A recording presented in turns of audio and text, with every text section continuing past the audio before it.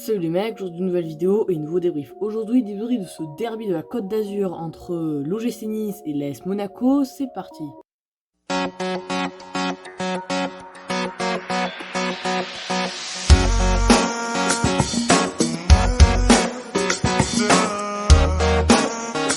Bon, un match avec de gros enjeux, surtout on va dire pour l'OGC Nice qui, voilà, on sait la course à l'Europe est vraiment quasi impossible maintenant pour Nice qui malheureusement ne va plus trop jouer une place en Europa League ou en Ligue des Champions, parce que ça semble très loin et vu leur niveau de jeu cette saison, ben, on pense pas que Nice a sa place dans une Coupe d'Europe. Contrairement à Monaco qui eux vont se qualifier forcément pour une Coupe d'Europe, on le sait, après pour laquelle ça l'avenir nous le dira. Mais en tout cas voilà, la coupe c'est un peu secondaire pour eux et Nice à mon avis peuvent jouer la coupe et doivent jouer la coupe quasiment à fond pour essayer d'accrocher une place en Europa League. Mais avant que le débrief commence, nous allons passer aux compositions de ce match. Déjà, du côté niçois, on a Benitez dans les buts, Danny Luc, Ensoki, Todibo, Saliba en défense. Ensuite, on a Schneiderlin en 6, Maolida, Claude Maurice, Pierre Lesmelou, Hassan Kamara et Amine Gouiri. Et du côté monégasque, on a d'abord Mayeki dans les buts, Aguilar, Balotouré et Dizazi en défense. Pour les milieux, on a Fofana, Tchouaméni et Fabregas. Et pour l'attaque, on a Kevin Volland, Crépin Diatta et le Monténégrin Jovetic.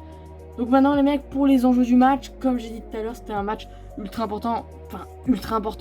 Après, c'est pour les deux équipes parce que voilà, on sait qu'un derby ça ne se joue pas, ça se gagne et juste pour l'honneur. Même si par exemple Monaco, la Coupe de France ne va pas trop leur servir s'ils la gagnent, ben voilà, c'est l'honneur, c'est le derby, il faut tout donner. Même si c'est un match amical, on s'en fout, faut tout donner, c'est tout. Et maintenant voilà, il reste l'histoire à écrire. Et du côté niçois, on a en plus du derby, on a un vrai enjeu derrière pour une qualification à une Coupe d'Europe grâce à la Coupe de France. Bon maintenant les amis, on va passer au contenu du match. Déjà dès la 5e minute de jeu, après on a un centre, une tête de Diatta, mais elle sera hors cadre. Aussi juste après Monaco qui a la possession. Nice a clairement parfois le ballon, mais clairement c'est une position stérile, il n'arrive pas à garder le ballon. Après on n'a pas vu une mi-temps avec beaucoup d'occasions, on va pas se cacher, mais quand même vers la 15e, 20e minute de jeu à peu près, double occasion pour l'AS Monaco, ça revient sur Jovetic qui frappe, mais le ballon sera enlevé par Walter Benitez. Dommage pour Monaco, ça aurait pu leur permettre de mener 1-0. Mais dans tous les cas, on va dire pas de regret puisque quelques minutes après, Fabregas est sur le côté, il centre sur Kevin Volland qui frappe et ça fait 1-0 pour l'AS Monaco. Voilà, honnêtement c'est mérité parce que voilà, c'était eux les plus entreprenants de ce match. Nice n'avait aucune occasion, n'avait pas un tir, n'a pas eu un tir dans cette première mi-temps clairement.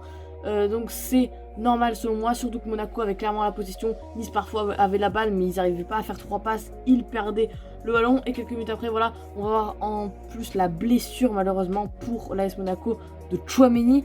Mais après voilà, on n'a pas eu beaucoup d'occasions dans cette première période, donc les gars, dans cette première période, comme je vous l'ai dit, clairement le jeu était fade.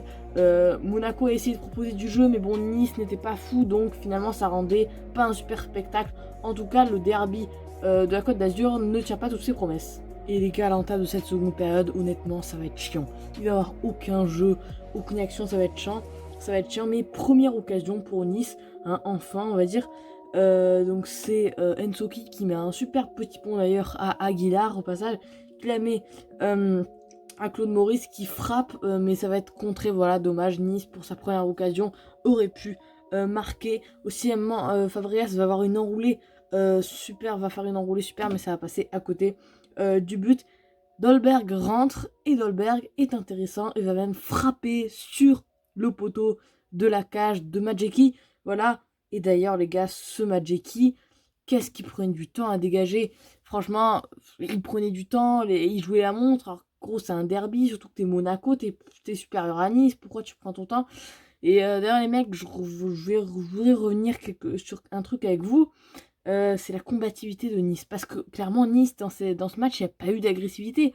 Oh, c'est un derby, il faut faire un truc là. C'est quoi ça? C'est un derby, tu joues ton honneur, tu joues tout. Enfin, Je ne comprends pas comment des joueurs à l'heure actuelle peuvent être aussi... Ben, ils s'en battent autant les couilles du match, clairement, c'est pas possible. Enfin, les gars, vous jouez quand même au foot, vous jouez un derby, même si c'est la Coupe de France, quand même.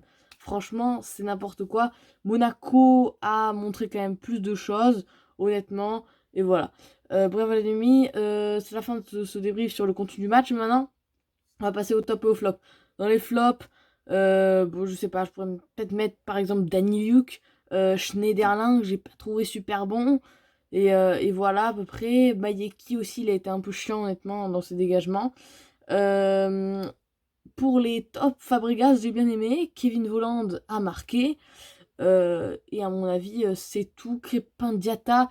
Alors en fait, Crépin Diatta, on voit que il est pas mal, mais en fait, il s'adapte pas assez, hein, en tout cas. Il n'est pas encore assez adapté au championnat de la Ligue 1. Mais bon, après, ça peut se comprendre quand même. Il passe du championnat belge au championnat français. C'est quand même un gros glow-up. Donc, voilà. Mais c'est le seul petit point négatif. Bref, voilà, j'ai mis c'est la fin de la vidéo. J'espère que vous aura plu. Et gars, ce que je voulais vous dire, c'est salut.